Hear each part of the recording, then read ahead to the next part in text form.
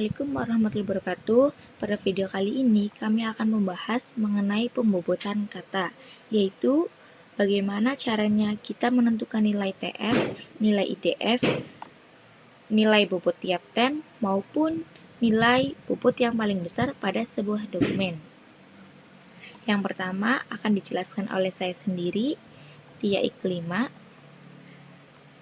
mengenai bagaimana caranya menentukan nilai TF. Yang kedua, menentukan nilai IDF oleh Aisyah Fortuna. Dan yang ketiga, menentukan nilai TF dikali nilai IF oleh Raihani Rambe. Dan yang terakhir, oleh Ainut Agustin, bagaimana mencari nilai bobot yang paling besar. Langsung saja, yang pertama, cara menentukan nilai TF. Dan di sini terdapat sebuah dokumen. Kita nyatakan dalam tabel. Yang pertama ada tem dengan simbol T. Tem ini berisi kalimat maupun kata yang sudah dilakukan proses stemming. Yang pertama ada kata atur dari kalimat atau kata diatur pada dokumen 1. Yang kedua ada kata pedoman yang sudah melakukan proses stemming tetap pedoman, mahasiswa dari kalimat kemahasiswaan, ini pada dokumen 1 dan dokumen 2. UAD dari kata UAD dan seterusnya. Dan pada D1, D2, D3 ini merupakan dokumen 1, dokumen 2, dan dokumen 3. Langsung aja kita menentukan nilai TF pada sebuah dokumen. Pada dokumen 1, kalimat atur, terdapat ada berapa kalimat atur pada dokumen 1. Ini 1 diatur kan menjadi kalimat atur. 1 tidak ada lagi kan pada dokumen 1. Maka kita bisa menuliskan 1 karena hanya terdapat satu kalimat atau satu kata saja pada dokumen 1. Begitu juga dengan pedoman. Pedoman pada dokumen 1 terdapat 1 pedoman. Maka kita bisa menuliskan 1. Mahasiswa UAD juga sama maupun yang lainnya juga sama. Kita lanjut pada D2.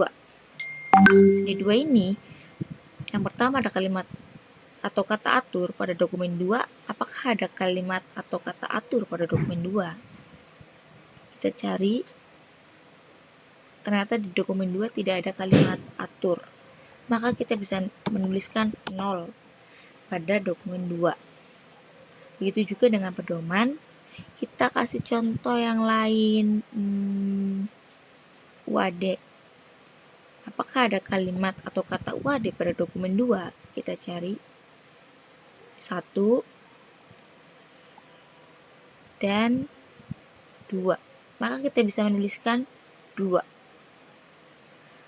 KM pada dokumen 2 ada berapa? 1, hanya 1. Maka kita bisa menuliskan 1 saja. Dan yang selanjutnya D3. Proses D1, D2 maupun D3 itu sama saja. Yang D3 kita kasih contoh wakil. Di sini ada kalimat atau tem dari wakil. Pada dokumen 1, apakah ada kalimat wakil? Tidak ada, kosong. Maka kita kasih 0. Nilai TF-nya 0. Yang dokumen 2, apakah ada wakil? Tidak ada, maka 0 juga. Dan yang ketiga, pada dokumen 3 ini terdapat 1, hanya 1, maka kita bisa tuliskan 1. Begitu juga dengan yang lain dan seterusnya. Pokoknya sama halnya kita mencari tiap dokumen, kita mencari kata pada tiap dokumen. Dan yang selanjutnya akan dijelaskan oleh Aisyah Fortuna. Bismillahirrahmanirrahim. Terima kasih kepada saudari Tia Iklima. Sebelumnya perkenalkan, nama saya Aisyah Fortuna. Saya akan melanjutkan mengenai pembahasan menentukan nilai IDF. Untuk sebelumnya saya akan jelaskan IDF itu merupakan sebuah perhitungan dari bagaimana term didistribusikan secara luas pada koleksi dokumen yang bersangkutan. Sedangkan IDF menunjukkan hubungan ketersediaan sebuah term dalam seluruh dokumen. Semakin sedikit jumlah dokumen yang mengandung term yang dimaksud, maka nilai IDF semakin besar. Nah, untuk nilai IDF-nya bisa dilihat seperti ini, dan penjelasannya saya akan jelaskan. Di sini ada terdapat 3 kolom, yaitu ada term, ada nilai DF, sama ada nilai pencarian IDF. Untuk termnya sendiri, di sini ada 13 kata. Sebelumnya tadi sudah dijelaskan oleh saudari Tia Iklima. Dan DF-nya sendiri merupakan dokumen frekuensi atau jumlahan dari dokumen yang ada di sini. Jadi ada D1, ada D2, ada D3, di mana nilainya yang berada nilai 1 itu terhitung dan akan masuk ke dalam penjumlahan DF-nya. Nah, untuk nilai term atur sendiri, nilai dokumen frekuensinya 1 didapat dari D1-nya nilai berisi 1, D2-nya 0, dan D3-nya 0. Jadi dokumen frekuensinya itu 1. Begitupun selanjutnya, di sini ada term mahasiswa ada 2, dikarenakan seperti tadi di dokumen 1 ada bernilai 1, di dokumen 2 bernilai 1, dan dokumen 3 bernilai 0. Jadi dokumen frekuensinya bernilai 0.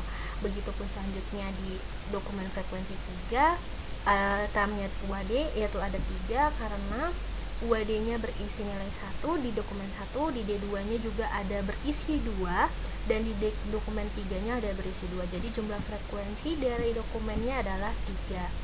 Nah, untuk dari IDF sendiri, yaitu rumusnya sama dengan log dalam kurung D dibagi DF tutup kurung. Nah, untuk lognya sendiri, misalnya term atur atau dokumennya bernilai 3, dokumen D-nya ini bernilai 3 karena banyaknya D-nya. Banyaknya D ya, ada D1, ada D2, dan ada D3. Nah, untuk DF-nya sendiri ada di kolom sebelahnya. Dan log, cara perhitungan IDF-nya adalah log sama dalam kurung 3 dibagi 1 tutup kurung sama dengan 0,477. Dan begitupun selanjutnya, log dalam kurung 3 dibagi 2 tutup kurung bersama dengan 0,176. Dan log 3 bagi 3 sama dengan 0. Mungkin itu saja pembahasan menentukan nilai IDF. Selanjutnya akan ada pembahasan dari Rehana Rambe menentukan tip TTF.IDF bobot tiap term. Nama saya Rehani Rambe dengan NIM 180001831. Saya akan melanjutkan penjelasan dari teman-teman kelompok saya, yaitu menentukan TF-IDF pada bagian A. Nah, setelah di stemming dan didapatkan kata per termnya, lalu kita sudah menentukan DF dari setiap kata yang ada pada dokumen. Lalu setelah ditentukan nilai IDF-nya dan masing-masing term mendapatkan nilai IDF, kita akan mencari bobot tiap term atau TF-IDF. Nah, rumus TF-IDF yaitu TF dikali IDF plus 1, atau term bobot yang dikandung dikalikan dengan nilai IDF dan ditambah 1. Yang pertama itu ada atur. Nah, term atur yaitu 1 dikalikan dengan 0,477, hasilnya masih sama 0,477, lalu ditambah 1 yaitu 1,477. Nah, seperti itu seterusnya pada setiap dokumen. Setiap nilai DF dikalikan dengan setiap term yang ada dalam nilai term yang ada di setiap dokumen. Misal UAD. Nah, nilai IDF-nya itu adalah 0. 0 dikalikan 1, hasilnya 0, lalu ditambah 1 dan hasilnya adalah 1. Begitu selanjutnya sampai dengan akhir, dan setelah seluruh nilai TF-IDF didapatkan, seluruh dokumen dijumlahkan dan akan ditemukan bobot setiap dokumennya. Yang pertama itu ada D1, yaitu penjumlahan dari 1,447, 1,447, 1,1761, 1 tambah 0 tambah 0, dan seterusnya menghasilkan 5,13. Begitu juga dengan bobot dari dokumen 2 yaitu 7,306 dan dokumen 3 0,561. Demikian yang dapat saya sampaikan.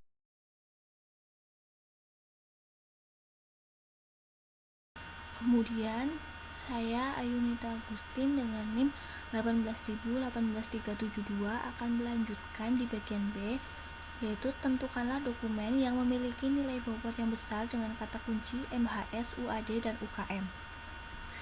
Untuk jawabannya di sini terdapat tabel. Di sini yang pertama ada kolom query atau kata, yaitu ada MHS, UAD, dan UKM. Kemudian di bagian ini adalah untuk menentukan nilai TF dari D1, D2, dan D3. Kemudian untuk nilai TF dari MHS di D1 itu tidak ada kata MHS, maka nilainya adalah 0. Kemudian di D2 tidak juga ada kata MHS, maka nilainya 0 sama. Dan di D3 terdapat satu kata MHS, maka nilainya 1. Kemudian untuk kata UAD, di D1 terdapat satu kata UAD, maka nilainya 1. Dan di D2 terdapat dua kata UAD, maka nilainya 2. Dan di D3 terdapat dua kata UAD, maka nilainya 2 juga. Kemudian untuk kata UKM, di D1 tidak ada kata UKM, maka nilainya 0. Di D2 ada satu kata UKM, maka nilainya 1. Dan di D3 juga ada satu kata UKM, maka nilainya 1. Dan di sini terdapat kolom DF. Untuk nilai DF dari MHS sendiri di sini 1, karena dalam tabel TF ini nilai TF kata MHS hanya ada di dokumen 3, maka nilainya 1. Kemudian untuk yang nilai DF UAD di sini nilai DF-nya 3, karena di masing-masing dokumen 1, dokumen 2, dan dokumen 3 itu terdapat kata UAD, maka nilainya 3. Kemudian untuk nilai DF dari UKM di sini nilainya adalah 2, karena di D1 itu tidak ada kata UKM, dan di D2 dan D3 itu ada satu-satu masing-masing, maka nilainya 2. Kemudian di sini adalah untuk mencari nilai D dibagi DF, yaitu D yaitu banyaknya dokumen. Di sini total dokumen. Jadi 3 dibagi 1, nilai DF-nya itu 1 sama dengan 3.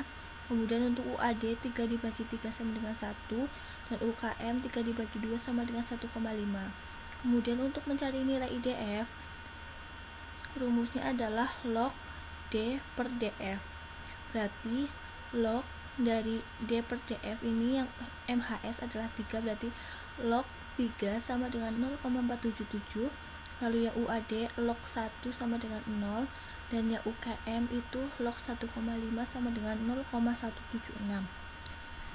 Kemudian di sini juga ada kolom IDF plus 1, berarti hanya kita tambahkan 1 di masing-masing nilai IDF tadi ini. Jadi 1,477, 1, dan 1,176. Kemudian untuk mencari nilai bobot atau W, yaitu TF dikali IDF plus 1. Untuk yang pertama, untuk mencari nilai bobot MHS di D1 berarti 0 dikali 1,477 sama dengan 0. Untuk MHS di D2 0 dikali 1,477 sama dengan 0. Dan MHS di D3 1 dikali 1,477 sama dengan 1,477, dan seterusnya. Itu mencarinya sama. Kemudian jika sudah dicari semuanya, maka kita tinggal menjumlahkan masing-masing bobot dari D1, D2, dan D3. Untuk jumlah dari D1 yaitu 1, untuk D2 3,176, dan D3 adalah 4,653. Kemudian untuk dokumen yang memiliki nilai bobot paling besar yaitu ada di dokumen 3 atau D3, yaitu dengan nilai bobot 653. Di D3 paling besar karena pada dokumen ini lebih besar dari D1 dan D2. Sekian, terima kasih. Wassalamualaikum warahmatullahi wabarakatuh.